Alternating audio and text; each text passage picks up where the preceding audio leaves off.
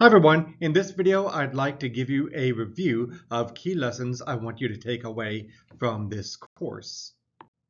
First of all, clearly, we need to make sure that we are meeting state expectations, and the expectations in the state of Arkansas are very much consistent with expectations of many states around the nation, starting with a movement that took place in Mississippi in 2013 in terms of state legislation, state emphasis toward science of reading.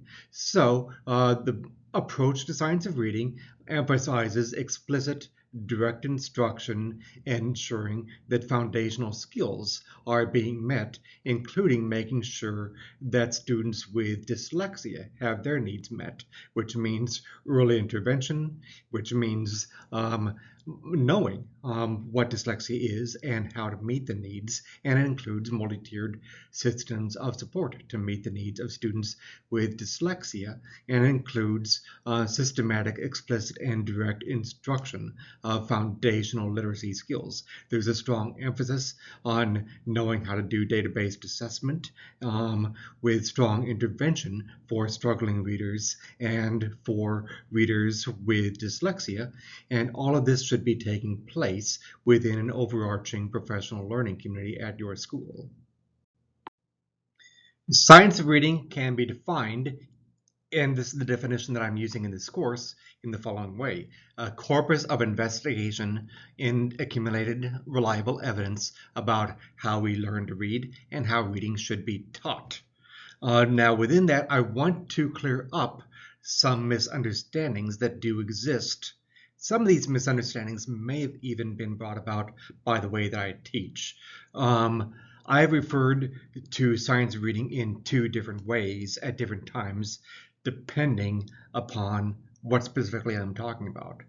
When I'm referring to the actual science, the actual investigation, I'm absolutely not referring to it as a movement, because science is not a matter of movements, it's a matter of investigation, it's a matter of use of the scientific method and drawing conclusions based upon the evidence. On the other hand, when I do sometimes use the word movement to describe science of reading, as in science of reading movement, and I have done that in some videos, I'm not referring to the scientific investigation. I'm referring to legislation. I'm referring to policies. I'm referring to advocacy groups that have grown. I'm referring to journalistic articles that have been written by, for instance, journalists like Emily Hanford. That's different than the science. Legislation can go through pendulum shifts.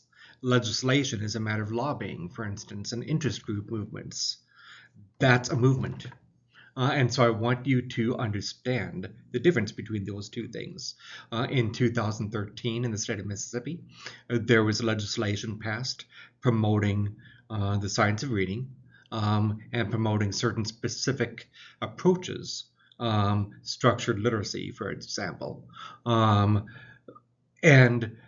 that approach and that legislation in Mississippi 2013 then spawned very similar legislation that has been passed in more than 30 states since 2013, including Arkansas.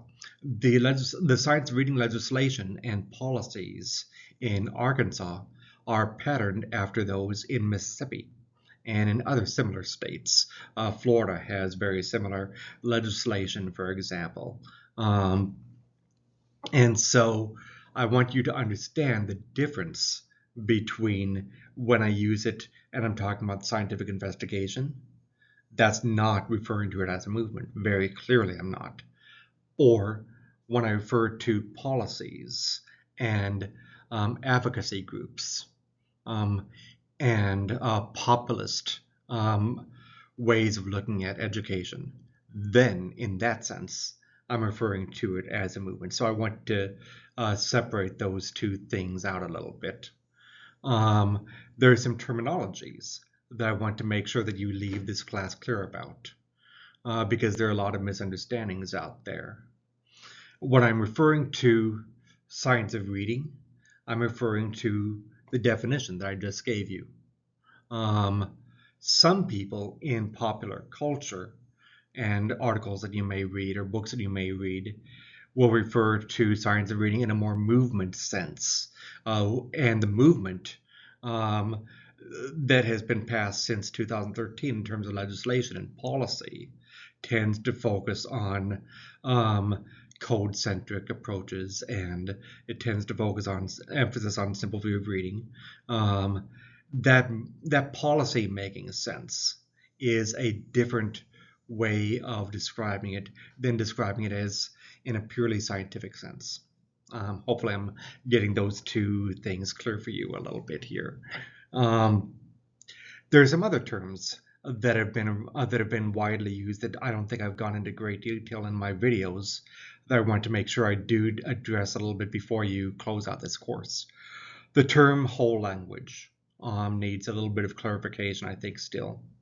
Whole language stems from the work of Kenneth Goodman and Yetta Goodman and others, Frank Smith.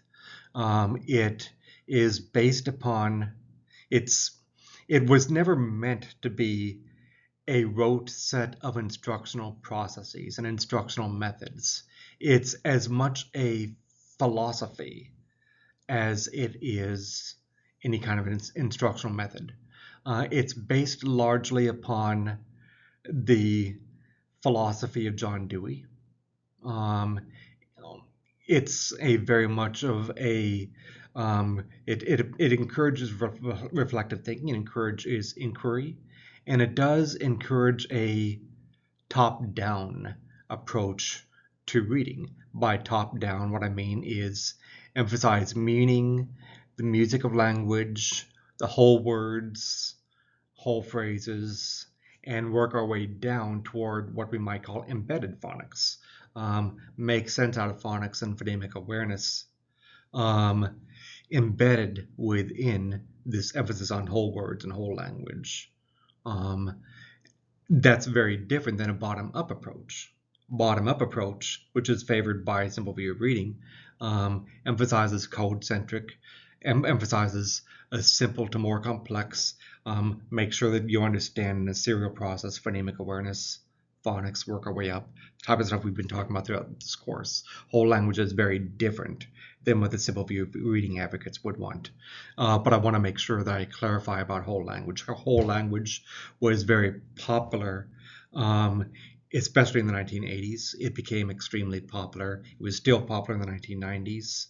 In fact, when I first became a classroom teacher, remember, I was a high school teacher before I ever became a university professor. When I was a high school teacher, whole language was in its heyday of popularity at that time. In fact, I remember talking to one fourth grade principal in Florida when I was teaching, and that fourth grade principal told me, we're a whole language school, so we don't teach phonics.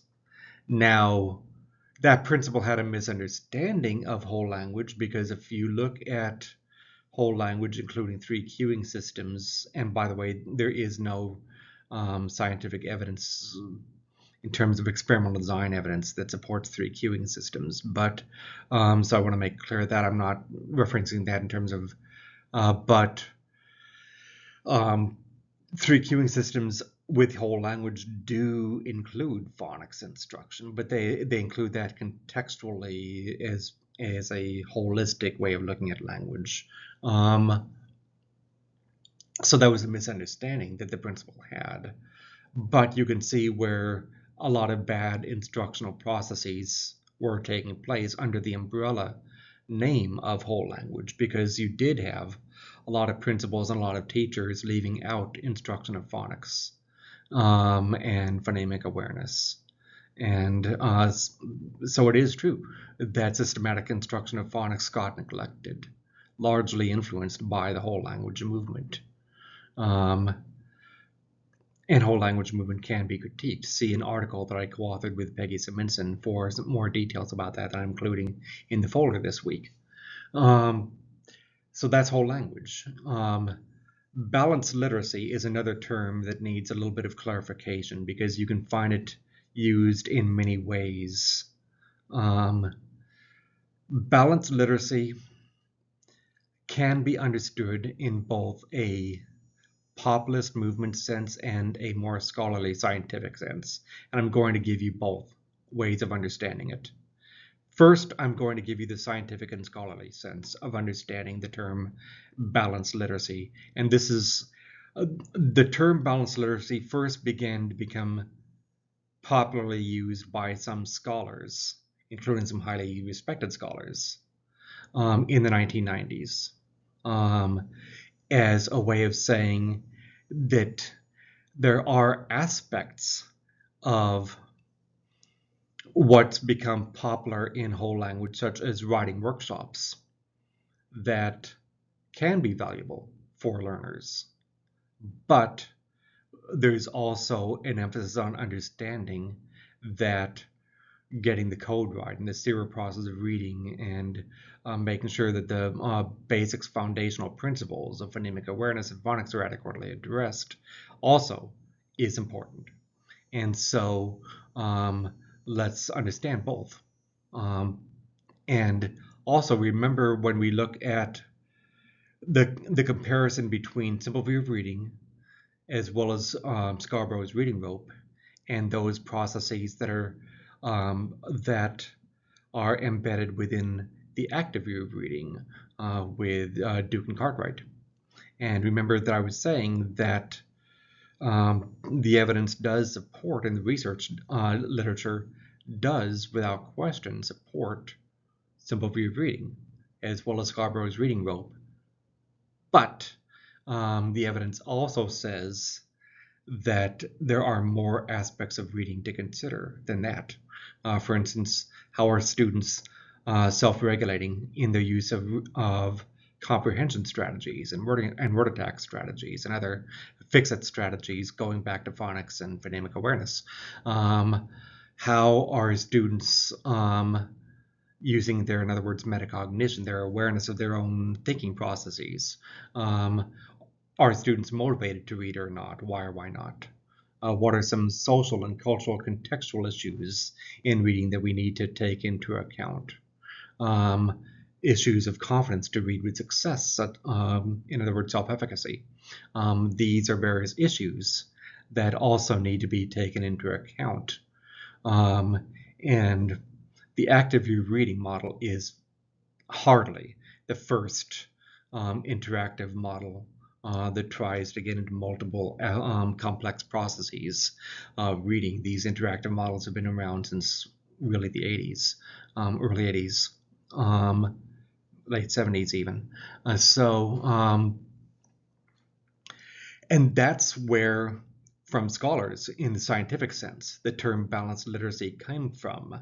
The idea that we need to find a balance so that as scholars and as teachers, we are addressing all of these aspects that the Simple View of Reading calls for us to, and Scarborough's Reading Rope calls for us to address, but we're also addressing those issues that active view of reading calls for us to address: strategies, self-regulation, motivation.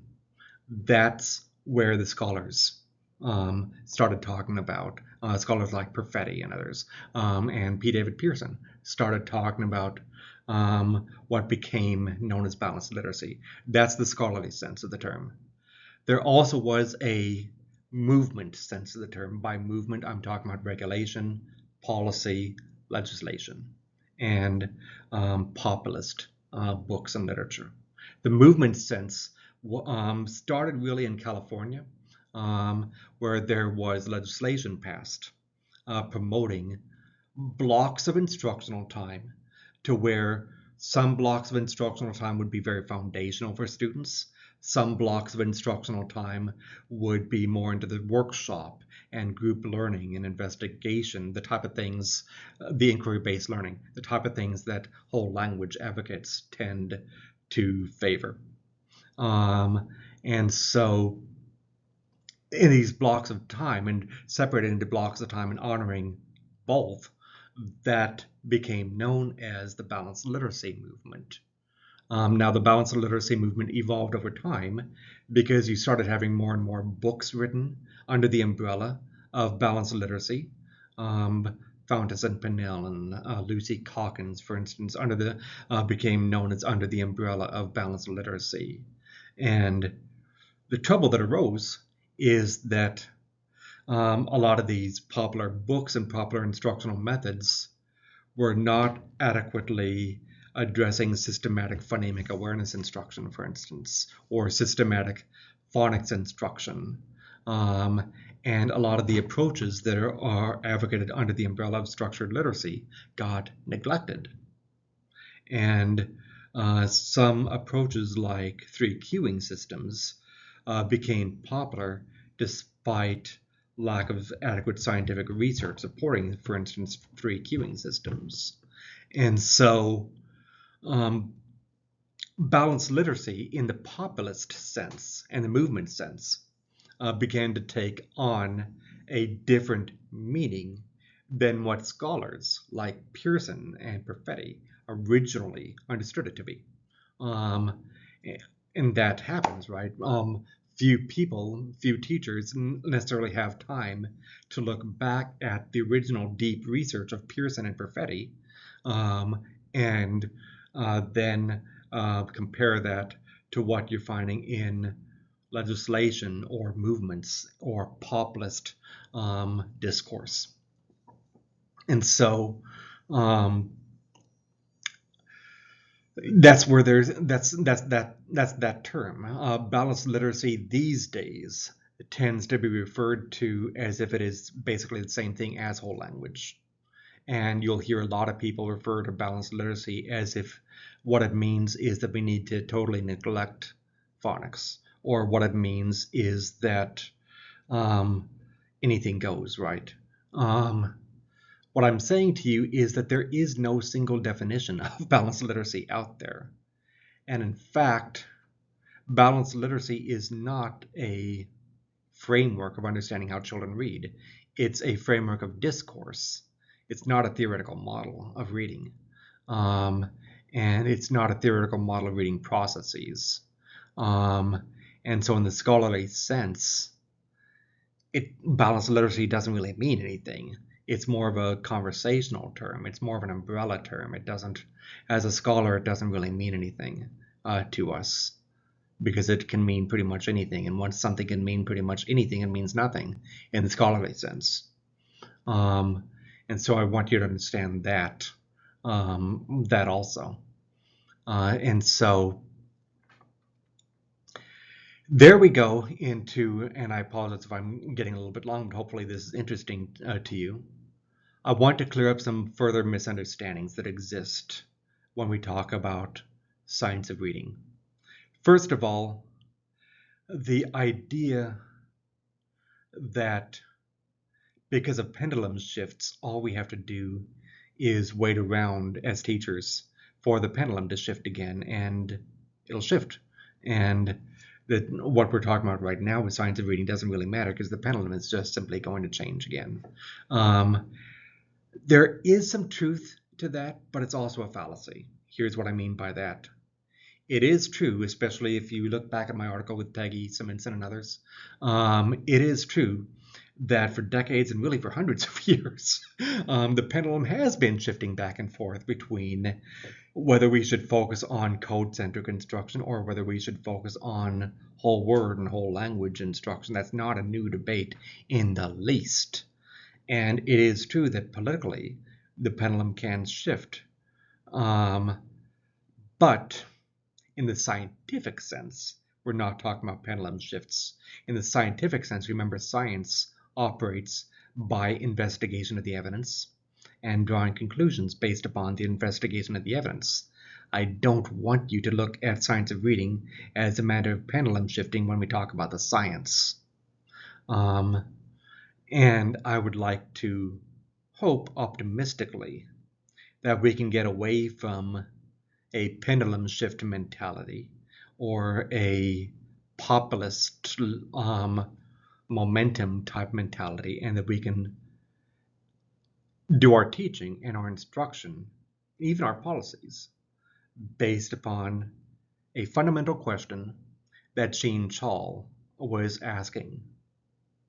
And there were t-shirts out that used to be printed at Harvard for Harvard education students to wear based upon the legacy of Jean Chall. The question is this: where is the evidence?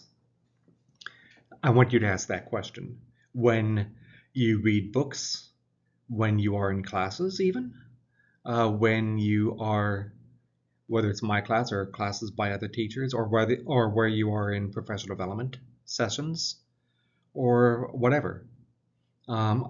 Ask the question, where is the evidence? Is there evidence to support a particular program or not?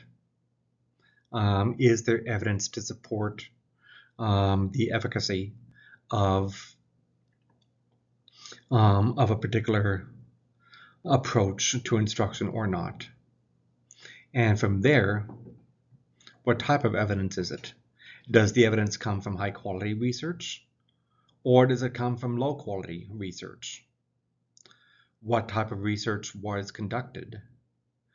Because different types of research, again, are better at addressing different types of questions.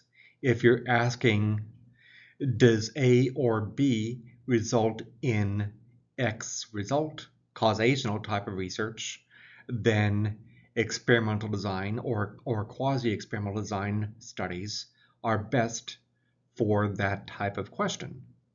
If you're asking questions about cultural and social interactions, for example, that can best be addressed through observation, then you get into descriptive research and qualitative research, such as ethnographies. And so it's important to ask, where is the evidence coming from, and what type of research was conducted, and was it high quality research? From there, I want you to ask the question of the evidence. What type of evidence is being left out? Is there evidence being left out?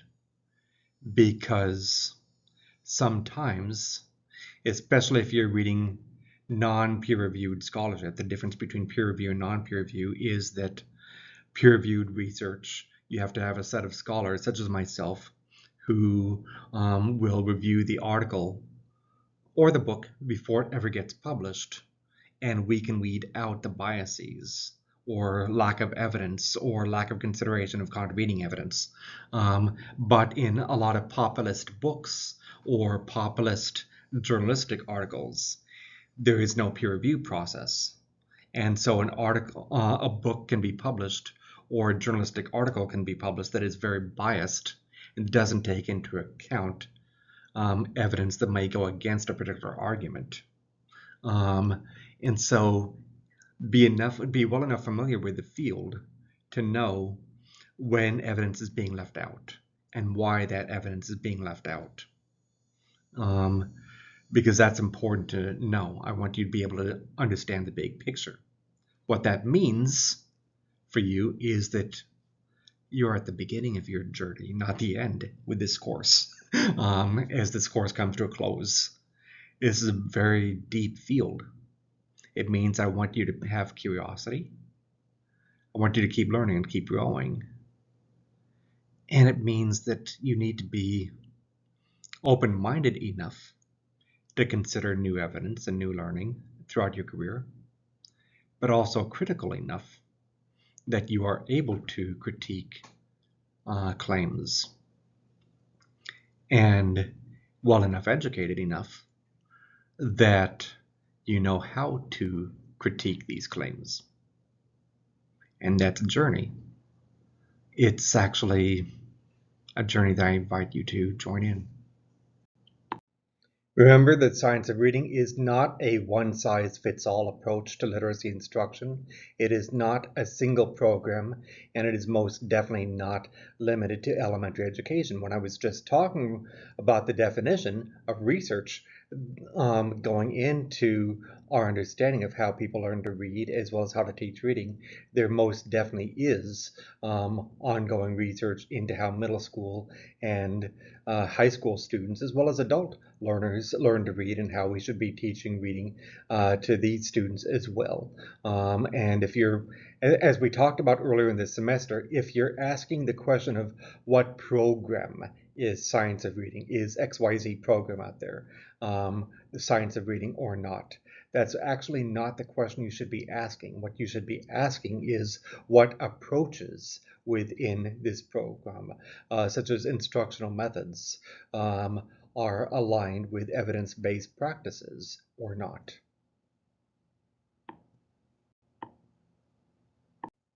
Remember that the components of reading work very much together, so that ideally, when we're teaching students how to read, they are making sense out of these different components together as well, while at the same time, especially in the early grades, being very careful about what stage of growth are these readers at, what stage in terms of learning to read and learning to work with words are these readers at, and of course making sure that we're not overloading a student. Remember cognitive load, that we only have the ability to make sense out of so much information at a given time, and you don't want to overload working memory for your readers. But we cannot neglect the phonological awareness and phonemic awareness in the early grades. A great deal of research shows that far too many future teachers are coming out of teacher education programs not understanding the basics of phonological awareness and phonemic awareness.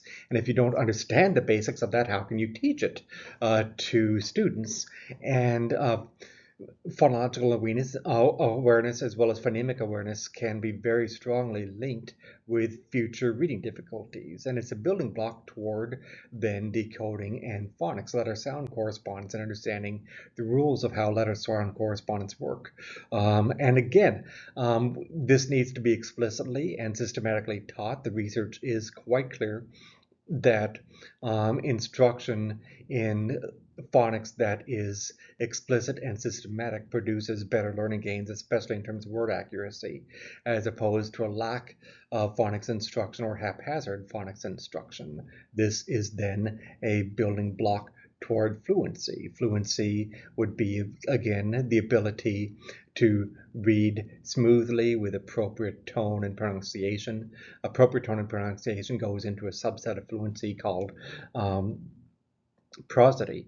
And then we get into vocabulary instruction. Vocabulary instruction, as well as subsets such as word awareness, needs to also be explicitly taught. We learn vocabulary both through incidental means as well as explicit means. Explicit instruction would be you directly teaching the vocabulary to students. The incidental acquisition of vocabulary comes through reading and without necessarily being in conversation with your teacher, and oftentimes reading for pleasure, or it can come from everyday experiences and everyday conversations. But vocabulary does need to be explicitly taught, especially your content area vocabulary that is very specific to your content area. There are very specific content area words for history and math and science that can be confusing to students. And so you need to make sure that you're explicitly pre-teaching and reviewing these vocabulary terms. And then, of course, comprehension, the meaning-making function, that is, of course, the end goal of reading. And, of course, all of these components go together toward building comprehension, and students who are lacking in vocabulary fluency or decoding will be hindered toward comprehension. For example, fluency is a bridge between decoding and vocabulary and comprehension. And so if you're struggling with fluency, you can be strongly predicted to then struggle with vocabulary and comprehension. That also goes down to working memory. Remember that if you are focusing entirely on trying to figure out how to read with fluency, you're not going to have enough space in your working memory left to then really be thinking about vocabulary and comprehension. That's the importance of automaticity. It's also important for us as teachers to understand the structure of language and for your students to understand the structure of language. Explicitly teach your students how language works so that they can make sense out of language in a very strategic way when they struggle. So, for instance, your young students need to learn how to make sense out of units of sound as they learn the functionings of language. From there, as students grow older, they need to be able to make sense out of morphemes and morpheme analysis. Remember the working ground of prefixes, roots, and suffixes. This will help students to break words down as well as put words together. There are certain types of morphemes, such as Latin and Greek roots, that are absolutely vital to the functioning of English and understanding the functioning of English if we understand etymology in terms of the history of the language. So teaching your students how to make sense out of Latin and Greek roots will really help your students, and it cannot be neglected. From there, of course, we need to understand inflected forms taken by a word. This can really be confusing to students, especially if they're second language learners, and so that needs to be increasingly taught and explicitly taught.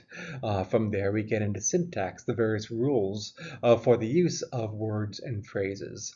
English is an irregular language with rules that sometimes can be very confusing and frankly contradictory to students, and so explicitly teaching syntax is vital. And then, of course, context, ways that aspects of language work together to make meaning.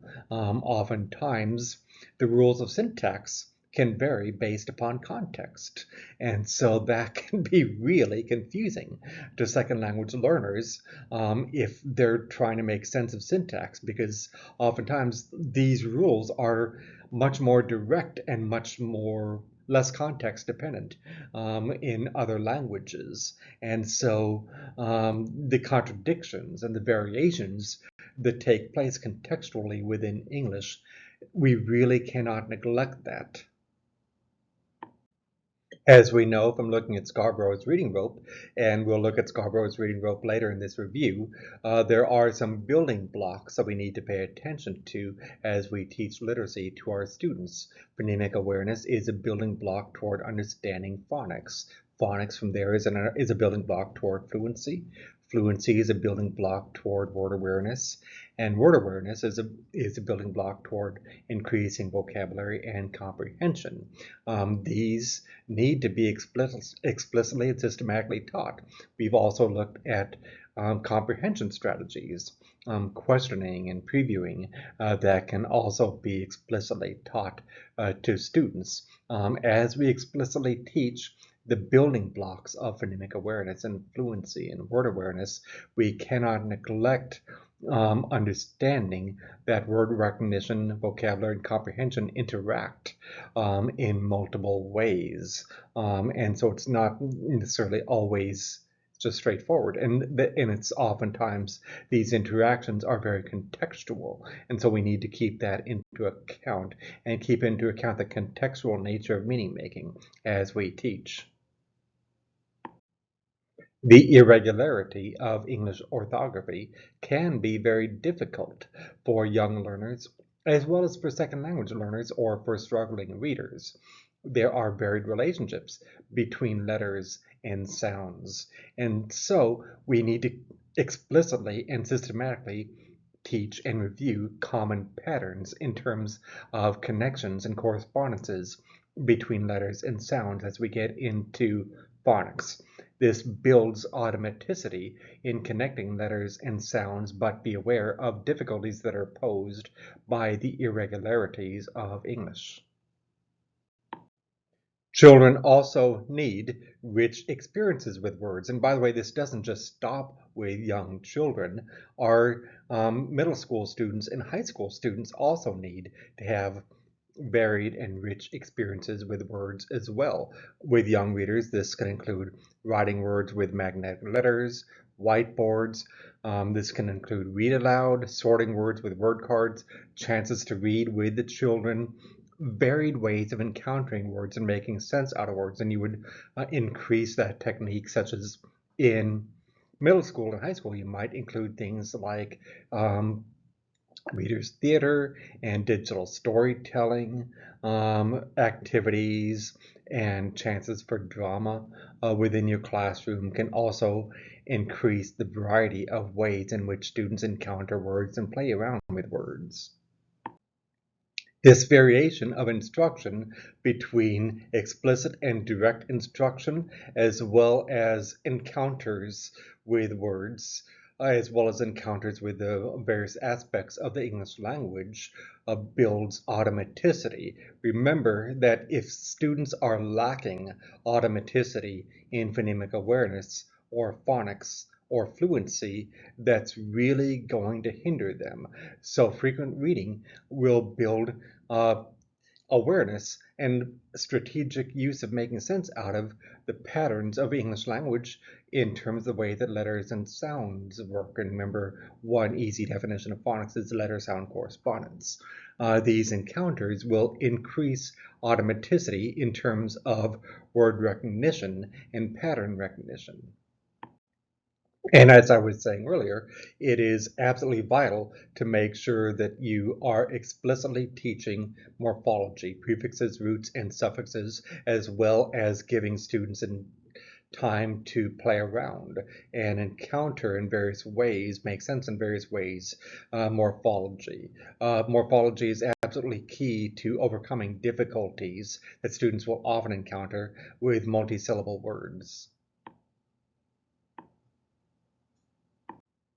The instruction that the state really wants you to engage in is built largely on the simple view of reading, which is one model of understanding reading. Simple view of reading basically gets into the interaction between language comprehension and decoding in terms of building reading awareness and reading comprehension skill.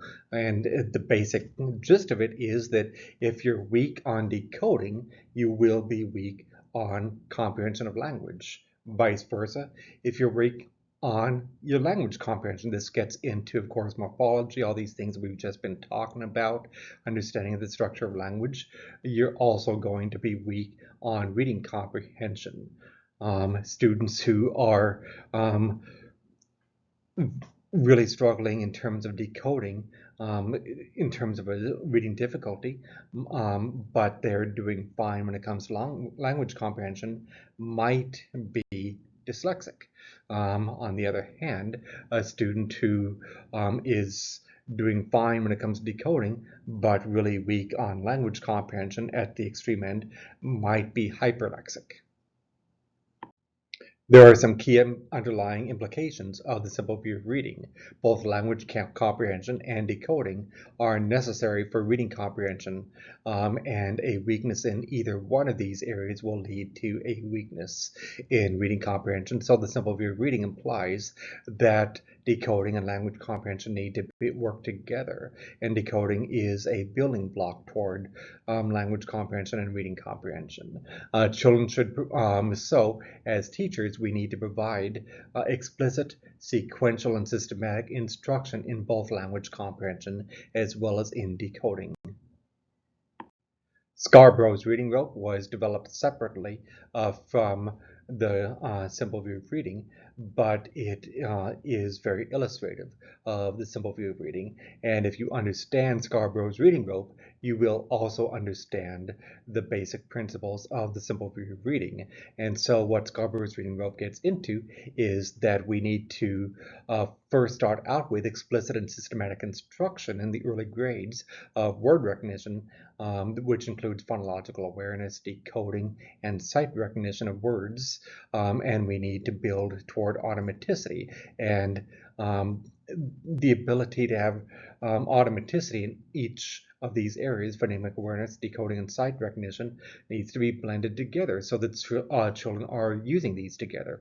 Once this is mastered, now children can increasingly and skillfully go towards strategic use of background knowledge vocabulary building, understanding of language structures, understanding of how to make sense out of inferences and metaphors, as well as uh, print concepts, and understanding that, for instance, there are different strategies that we use when we're encountering an informational text, such as a science book, as opposed to a fictional text or a fictional novel, for instance. And so we need to help students be increasingly strategic in each of these areas, and these work together too. And so as each of these strands of the rope work together, tie together, then that leads toward skillful reading. Now, remember, as I was saying to you, there is a wide and diverse array and deep array of research support for the simple view of reading. If there are debates in the field over various theoretical models and frameworks in reading and which one inform the teaching of reading the best, the debates are not whether the simple view of reading is false. There's nothing falsifying the simple view of reading. But there's a great deal of research showing that we need to look into more aspects of reading than simply decoding and language comprehension.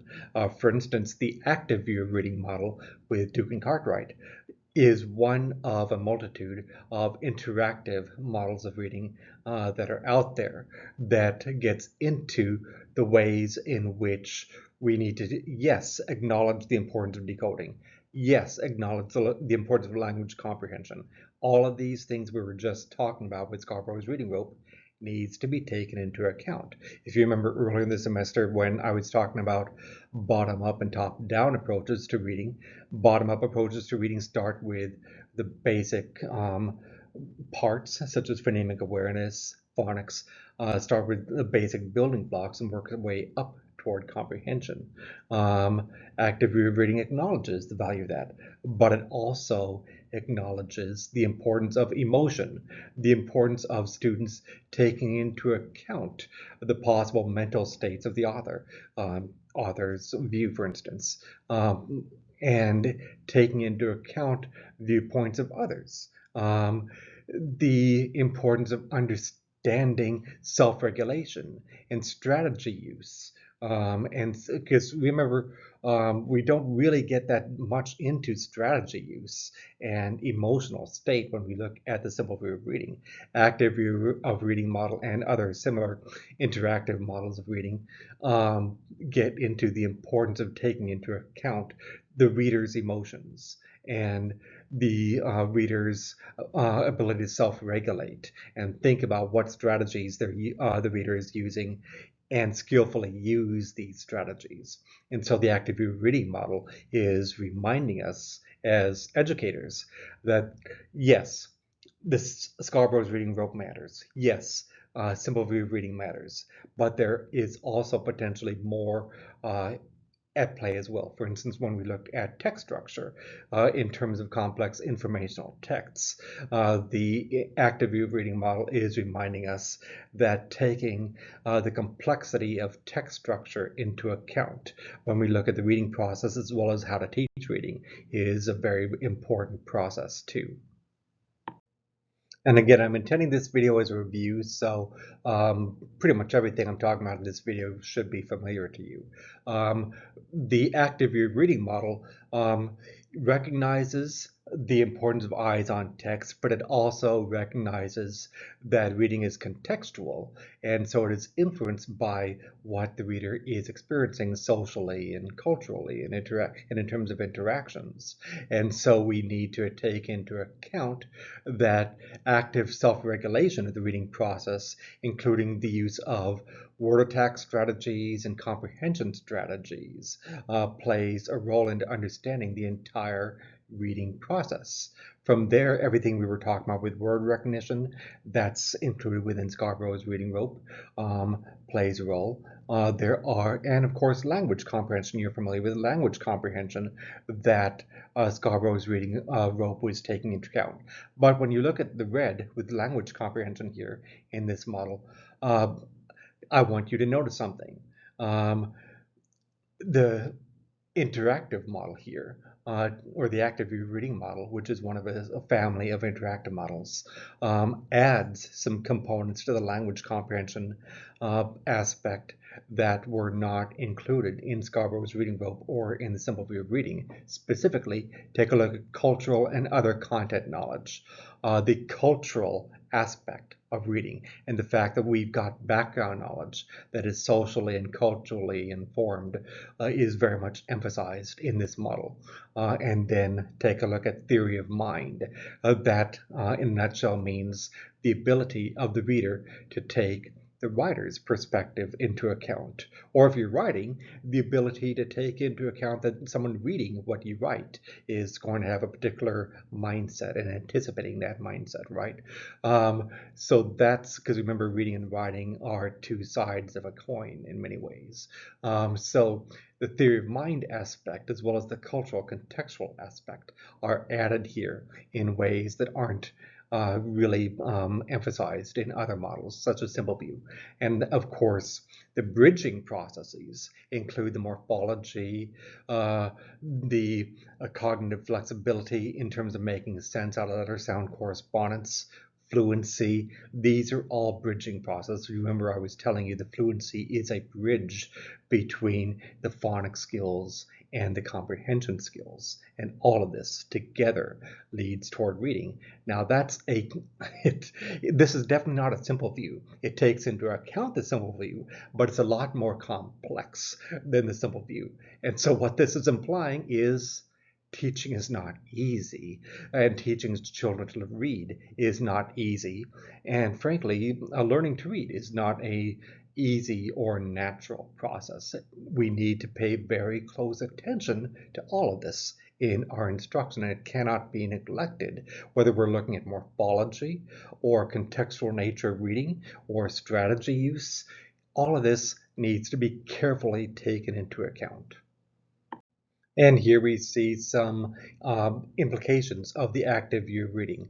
Some students decode and exhibit language comprehension at grade appropriate levels, but may still struggle with reading comprehension. The simple view of reading doesn't really have an answer for why that happens.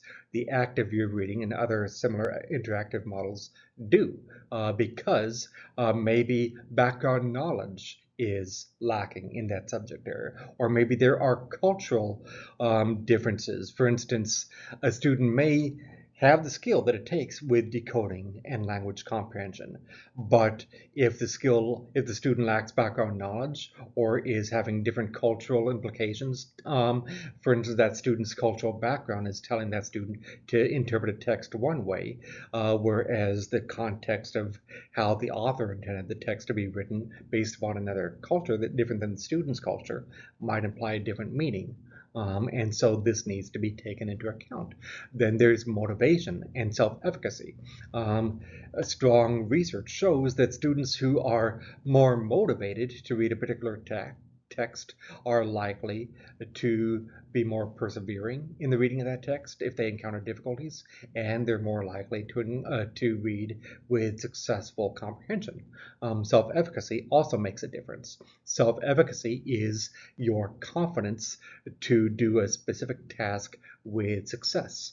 And so students who have high levels of self-efficacy in their ability to read with success are more likely to persevere when they encounter difficulties. They're more likely to strategically use reading strategies, word attack strategies, and comprehension strategies when they encounter difficulties. And because of this perseverance, they're more likely to read with success, to comprehend the text. Self-regulation skills and strategies should be taught, the ability of students to self-regulate their purposeful use of comprehension strategies, word attack strategies, and so forth. And of course, context makes a major difference. Writing instruction goes hand in hand with reading instruction. Now, I've focused more on reading comprehension, than writing in this class. This is a quantitative reading class, but writing instruction does need to go hand in hand. So you do need to engage in explicit instruction of the mechanics of writing with time for meaningful practice, both in groups as well as independently. The use of mentor texts as models, for instance, with conferences with your students to provide them with meaningful feedback. You need to strategically make use of assessment tools as well as know how to work within intervention techniques. Using your tests in ways that are valid and reliable is very important. In a nutshell, validity means that your test is providing you with information that it's intended to provide you with for your given purpose.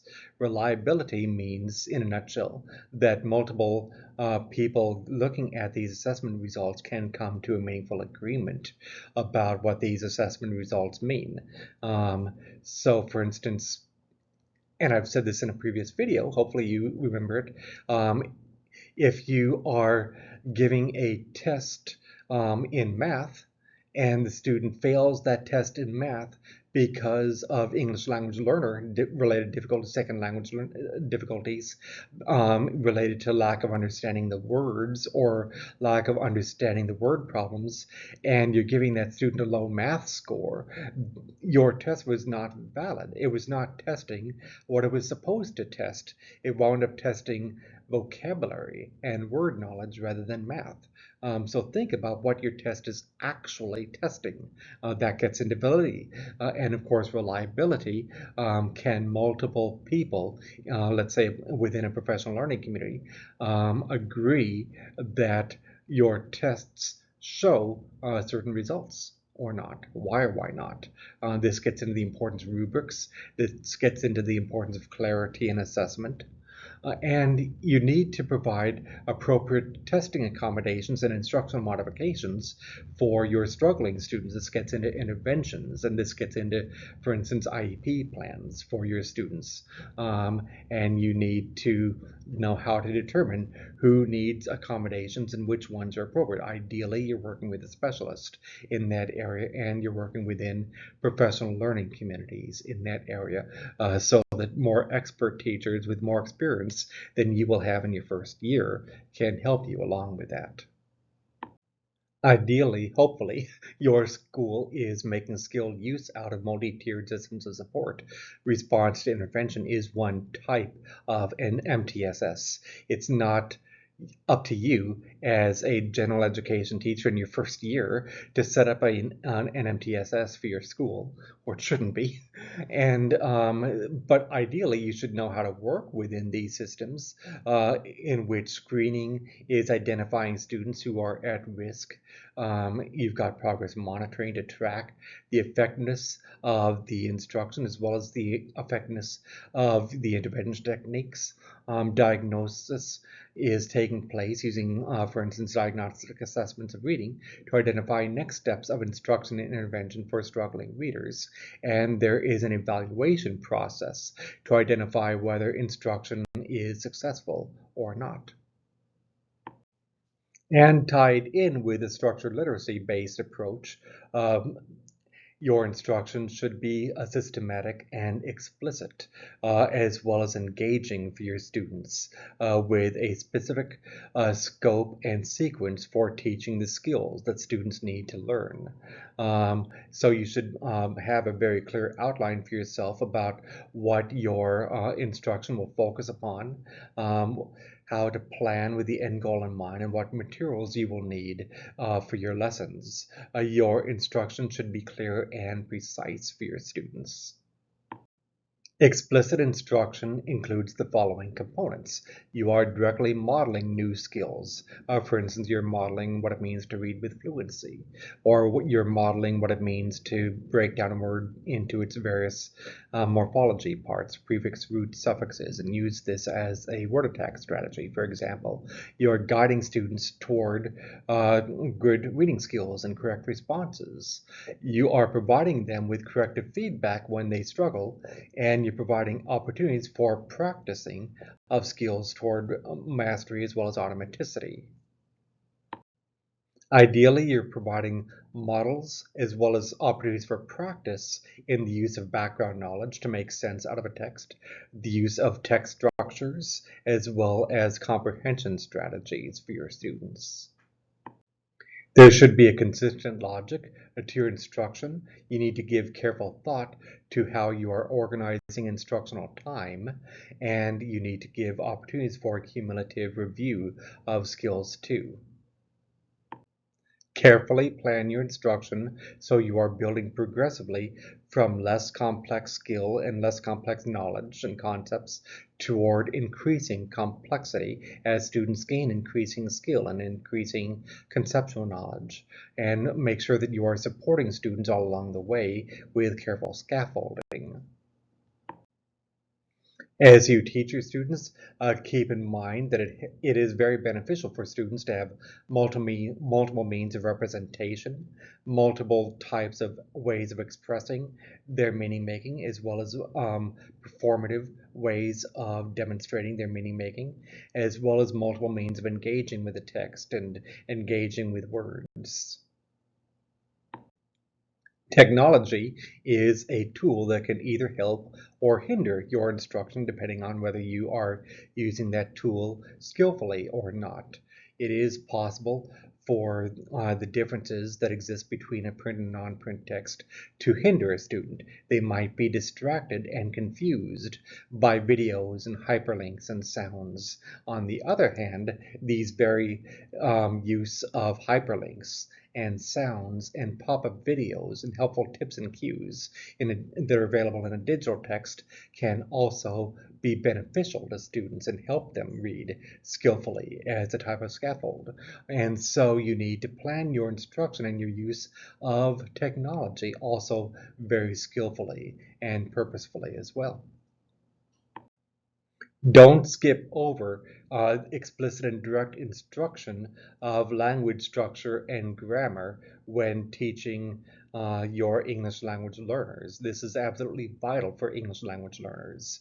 Um, so there needs to be a good balance between direct and explicit instruction using structured literacy-based approaches, oftentimes for English language learners, while at the same time allowing English language learners to engage with the text and make meaning out of a text and demonstrate their meaning in multiple ways, in ways that can be interactive and personally and socially and culturally meaningful, drawing connections between, let's say, their first language and English, and drawing connections between their home and social and cultural backgrounds and what it is that they're trying to learn as well. The use of cognates can be very helpful for second language learners. For instance, assistir means to assist, but it can also mean to attend. Explicitly point out cognates for Spanish-speaking students and allow students to also teach English learners about cognates as well, so that your students become part of the class and feel like they're invited and included within the text and within your class. There are various ways of teaching English language learners depending on their needs and depending on their developmental levels. Don't neglect the oral language skills, especially for young learners. This gets into oral reading fluency, for instance. Explicit instruction, as we were just saying, is absolutely vital in each of these component areas of language. The instruction needs to take place at the appropriate readiness of the student. Not so easy that the student is bored, but not so advanced beyond their readiness level that the student gets frustrated. Sometimes there might need to be sheltered instruction so that it is primarily in the student's own language with very intensive interventions. But remember certain principles such as least restrictive environment. And so we really want to mainstream the instruction for English language learners in the regular classroom. provide very strategic scaffolds for the student, such as timely hints, timely cues, and supports, think alouds. For example, model this as well as teach students how to make strategic use of these scaffolds themselves, comprehension strategies, word attack strategies, and provide multimodal support as well as multisensory support as possible and needed. For instance, videos to help the students, recordings, sound recordings to help the students, tactile supports, acting out a word or acting out a text can be helpful to the students as well. It's important to connect literacy learning with inquiry.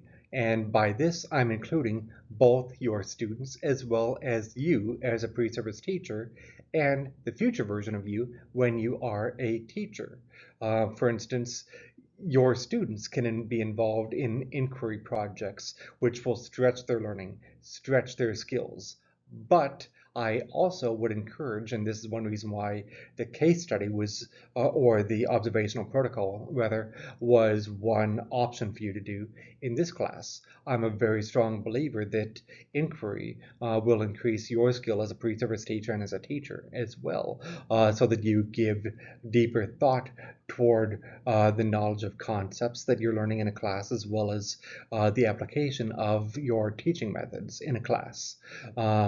I want you to give careful thought toward evidence-based practices related to how students learn to read as well as how to teach reading. So that I don't want you to be a teacher that's constantly saying, just tell me what to do.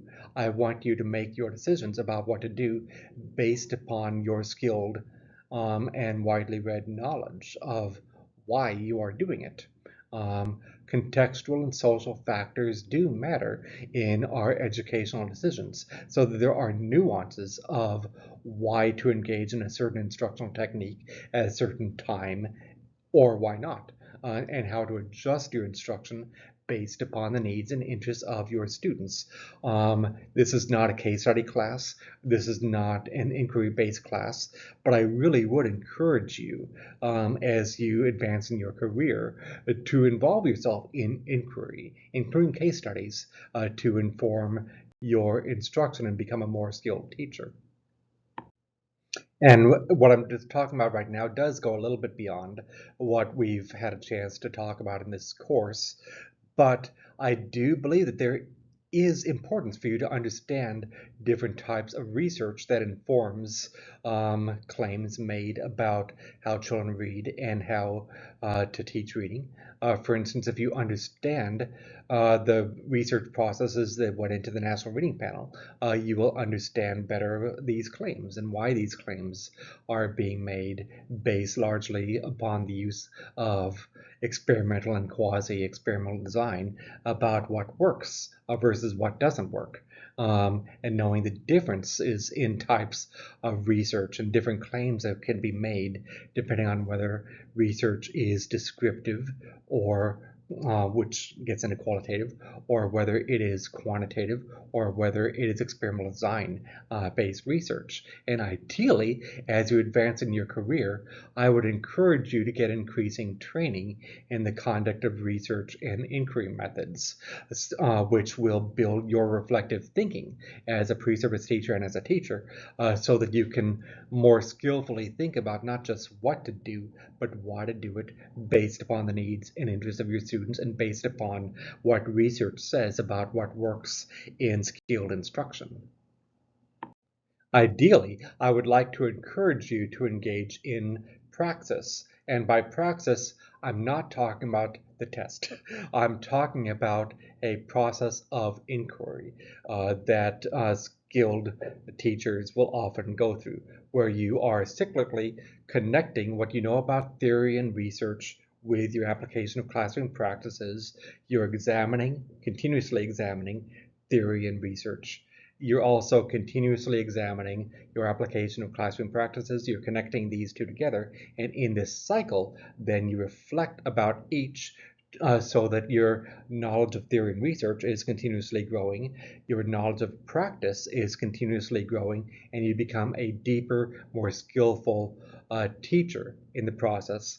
as you take social context into account as well as your knowledge of theory and research into account to make your skillful instructional decisions. In this semester-long course, we have really dived into a great deal of material. I know that it sometimes may have seemed a little bit overwhelming to you, but not too overwhelming. Hopefully this was a beneficial course to you. I do want you to feel free to keep in touch with me, even after this course ends if you choose. You guys do know how to reach me. I want you to continuously grow, continuously improve, because as much as you learned in this course, as well as in other literacy courses that you've likely taken as well, even by the time you graduate, you may have taken, 5 or 6 literacy courses by the time you finish your undergrad degree, especially if you're an elementary teacher. But even with that, you're still at the beginning stage. This field is deep. And I want you to engage in inquiry. I want you to be curious. And I want you to continuously grow. Hopefully, if I've done nothing else in this class, I have piqued your curiosity so that you will keep growing.